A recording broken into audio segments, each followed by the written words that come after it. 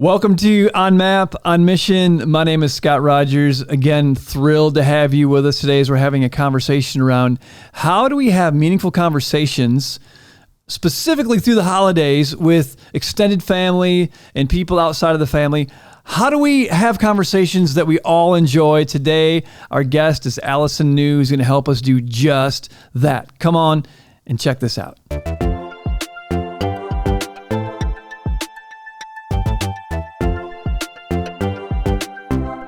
Today we have Alison New, one of the most popular. I wouldn't say that. I don't know. Effervescent. I'll go with that. Flamboyant. That works. Magnetic personalities in the great state of Texas, USA. Wow. Yeah. So glad you're sitting at the table with us here at On Map, On Mission. I'm glad to be here. Allison, you're the student pastor here at the Met Church. I am. And you've been a part of this team, did you say the other day, for 10 years? 10 years, yes. Wow. Yeah. So you started like before you were even legal to work full-time? Not quite. I was close. Pretty close? Yeah. Pretty close? Yeah. Let's, we're going to have a conversation in a minute here about how do you have meaningful conversation with maybe it's family members, extended family members, friends. We're going into the holiday season and we get stuck in these moments where we're at a Thanksgiving meal, we're at a company Christmas party, we're at some holiday function and we're sitting next to some people and there's those awkward moments of how do I have a conversation? What do I say? It's really dry. It's too surfacey and none of us want to have those conversations about the weather and those kinds of things. So how do we have meaningful conversations? So the goal is to give some tools to try to do that. Sure. But before we do get into that, take us back for just a moment. You said you've been on the team here for 10 years. Yes. How did that happen? Like, how did you ever get in, just a short kind of answer, but how did you ever get into this thing called ministry? What's the deal? That's a weird kind of work. Yeah, I would not have pinned myself as someone to be in full-time ministry from the get-go. But when I look back over my life, it really is the only thing that makes sense. And God was equipping me and preparing me, even as a junior high student, to go into full-time ministry. But I stumbled into an internship that God just kind of laid out there, and I very nervously said yes. And walked into a church and fell in love with what I got to do and the people there. And then got to the Met 5 years after being in full-time ministry, got a call from the Met. You've been doing this kind of thing for 15 years? Yes. I was 21 when I started in full-time ministry. Okay. Yeah, and got a call from the Met one day and said, no. Wow. And they called back. And so finally I just agreed to have an interview. And I mean, if I'm honest, it really was to prove that I wasn't a good fit for the Met and they weren't a good fit for me. So was this church poaching you from your old job? I mean, that's not good. They were doing the Lord's work is what they were doing. Little did anyone know. They were partnering with God to get you where he wanted you to be? Yeah, God had been stirring something in me and I had felt unsettled, but also very comfortable. And I sat in that interview and clear as day, just recognize like, wow, I think I'm supposed to say yes to this, but it's different. And I'm scared. Yeah. And the church, released me to come and be a part of this community and championed me and cheered me on. And we're so excited. And so I'm so thankful for the journey that I've walked to be where I'm at. 10 years later. Yeah. I never would have imagined 10 years flew by. Sure. So I'm just thankful. Yeah. So are we. Thanks. So 10 years later, whatever we see Alison New, there's a group of people. There are students around you. There are other folks who are serving alongside you, investing in the lives of our next generation.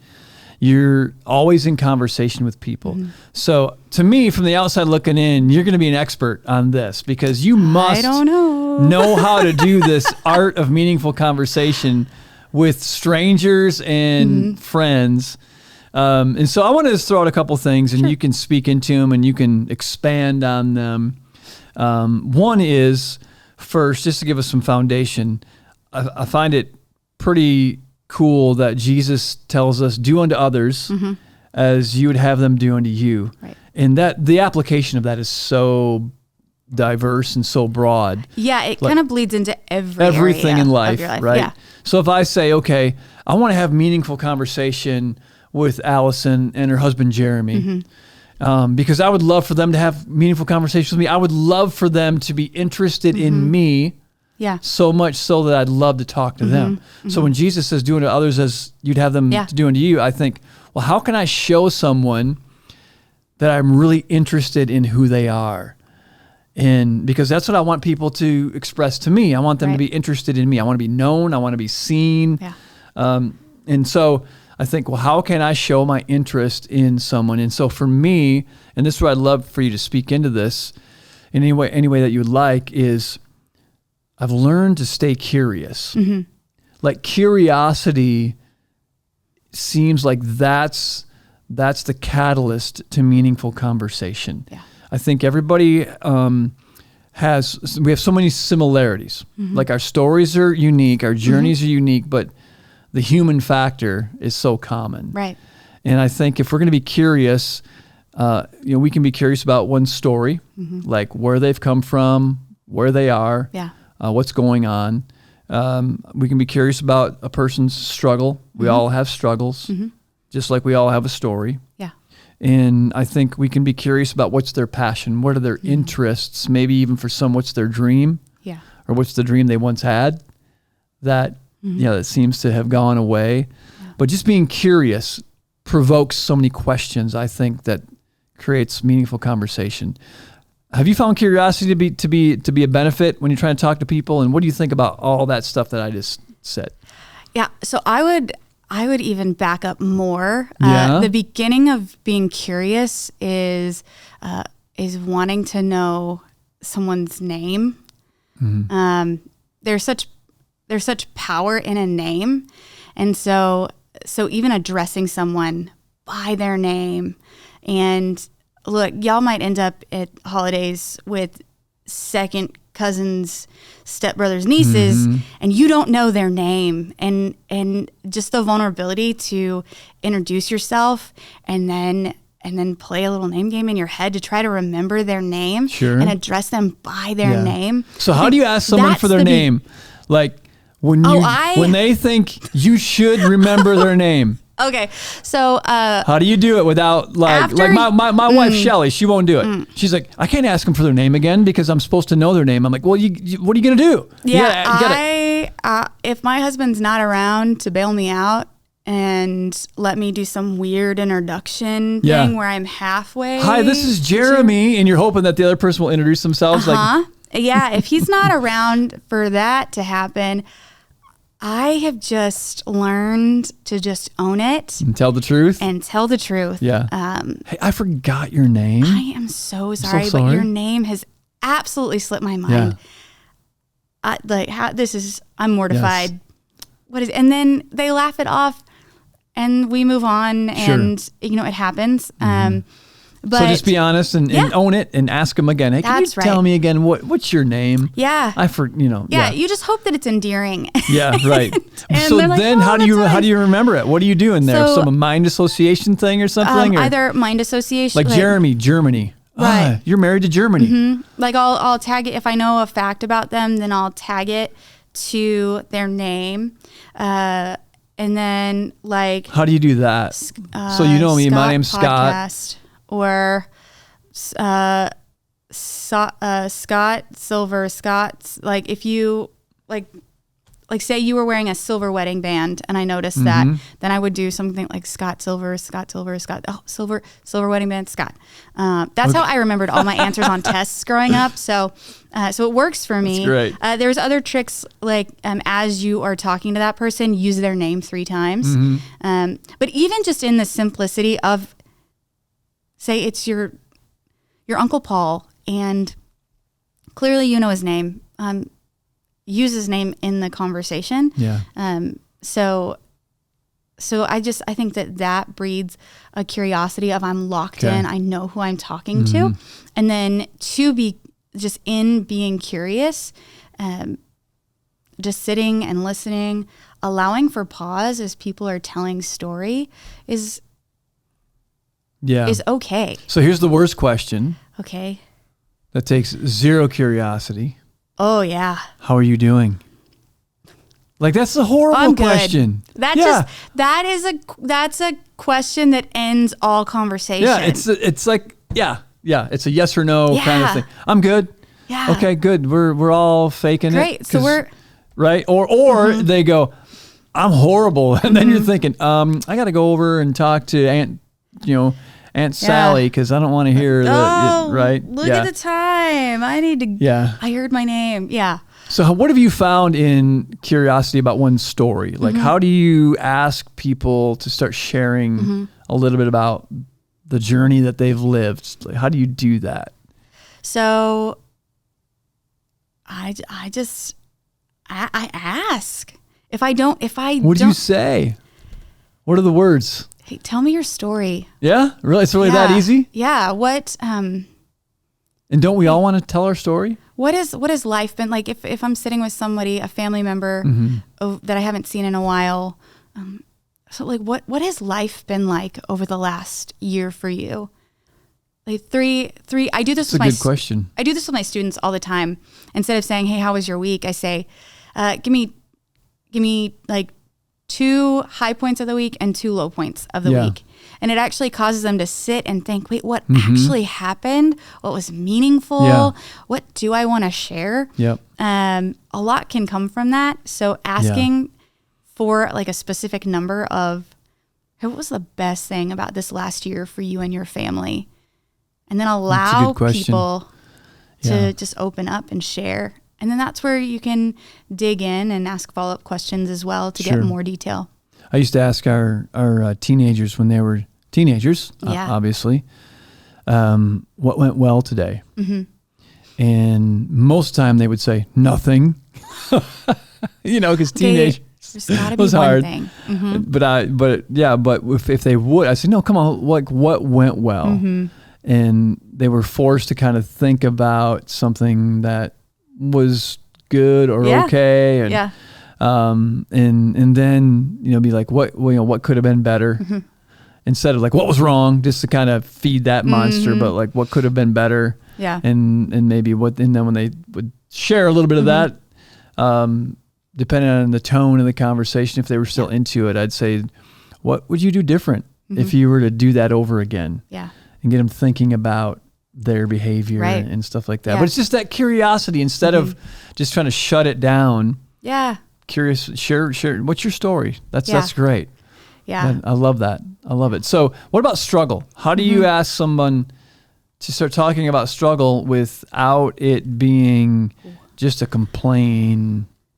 fest of complaints and stuff? Oh, wow. I just had one of these conversations recently. Yeah. And it went through my mind. How do we turn this around? Just at least slightly. Like, if you're going to ask somebody about struggles, or they begin to share something with you that is a struggle, because maybe the last year for them has been a train wreck. You have to go into that conversation asking that question, being prepared to sit and listen. Yeah, right. How bad would it be if you asked that and they'd start to share and you really didn't want to hear it? And you're, then why ask? I'm looking off and I'm looking around and not really listening. Don't ask if you don't want to know. Don't ask if you don't want to know. That's it. That's the tweet of the podcast right there. Right there.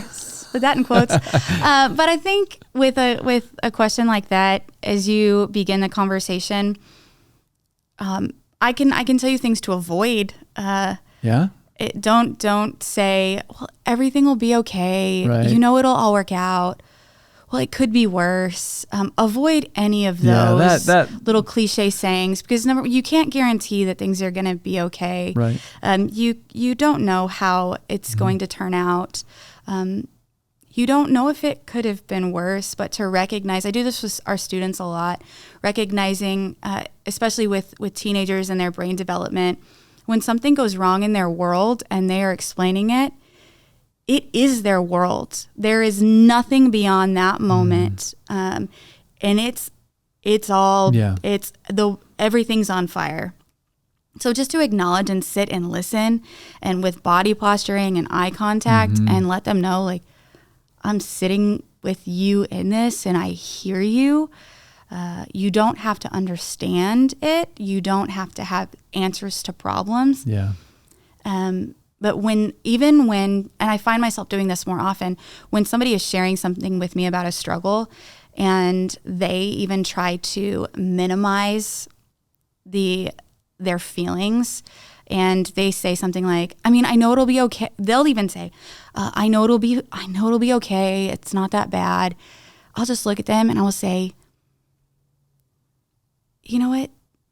It's okay to acknowledge that right now things aren't great. Yeah. It's okay. You don't try to minimize how you feel about what's going on. Sure. And then maybe asking a follow-up question about, have you taken any steps toward bettering whatever the situation is? It's a great point. So here's what I'll try to do with that is ask, one, try to empathize, because they just shared with me something that's really meaningful and important to them. And I love what you said in the sense of, don't try to fix them or rescue them. That's disrespectful and kind of condescending. Like, well, if I were in your shoes, all that I would do is this, and it would be, that's silly. Yeah. It's not even realistic. But when they do share, just very lovingly and gently, out of curiosity, I might ask, so what are you doing right now? Like, what are you doing about it right now?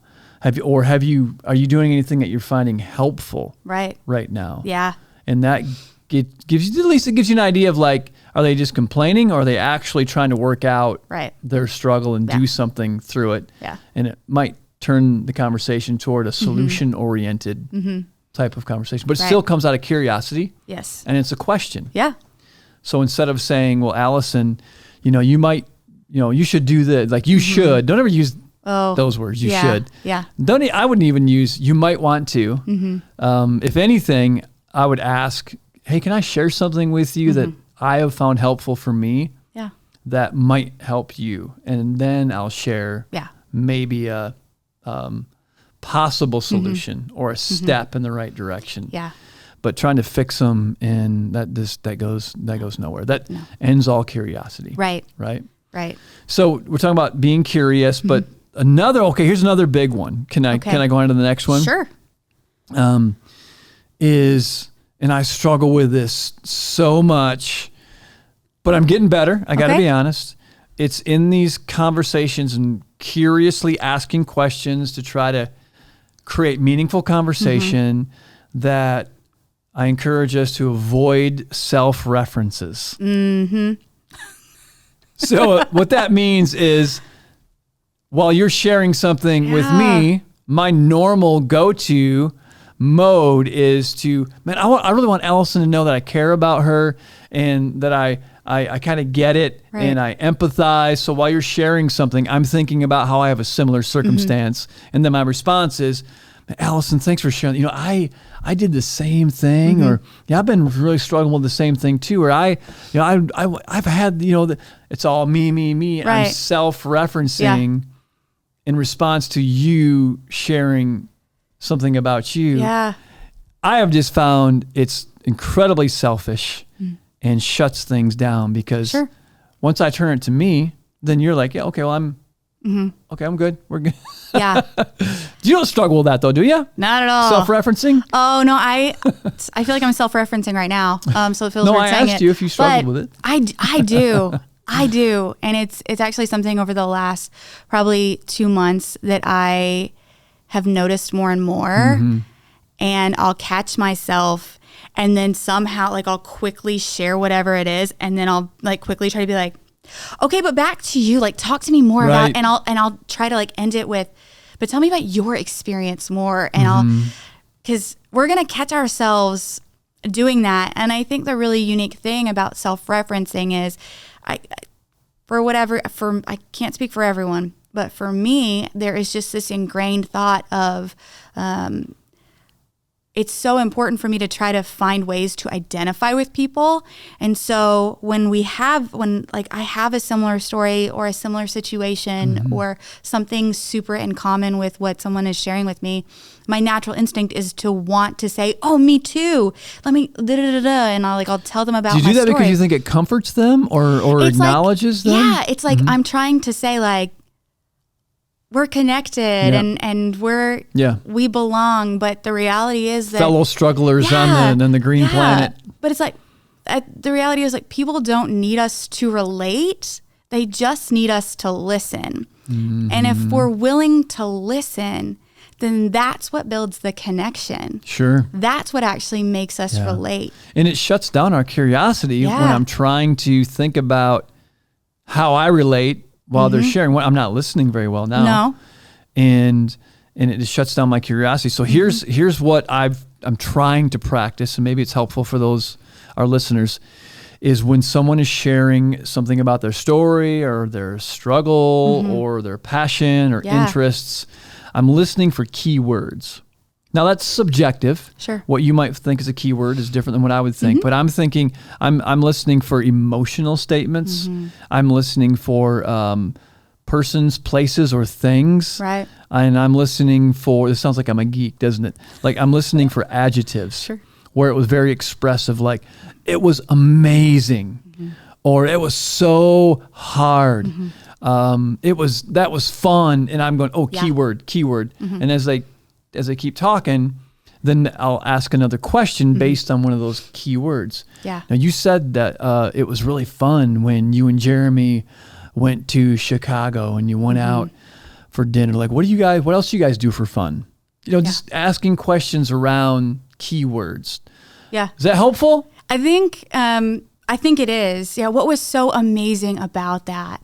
Or just watching someone's posturing and facial expression of, wow, you lit up when you talked about this. What about this brings you so much life? That's so good. Yeah. I actually recently read a book called Start With Why by Simon Sinek. And in it, it's all about like the core belief of an organization or even a person and like what the why and what motivates. And in the book, they talk about the science of what motivates a person. That why is actually connected to the feeling part of the brain and emotion part of the brain. But there aren't necessarily words for that emotional connection. And so we'll use words like, it was amazing, or it was this, or it was that. And then we have to ask these follow-up questions. What made it amazing? What made you lit up? Why did you light up? And people will follow up with more detail about the what of what it was. And was it, the way I loved that movie because of the way that the storyline was edited they get more together, detailed and they think about it more. Oh, and the soundtrack, it begins to really bring out the details of everything. And that's where you can continue to ask those curious questions and even find more of those connection points. Yeah. And that doesn't happen if we start to self-reference. No. We say, me too.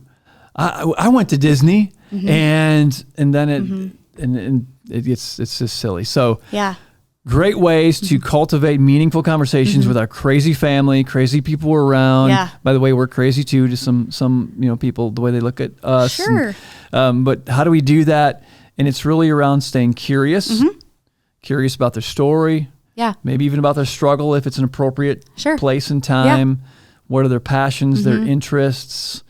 And then avoid self-referencing. Yeah.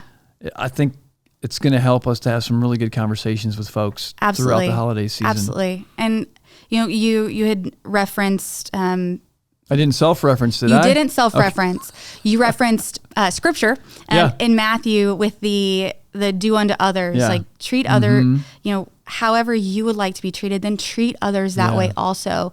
And I mean, think about it. I don't know about y'all, but I want to know that people care. Yeah. I want people to be curious about me. We all have a deep desire to belong and to be loved.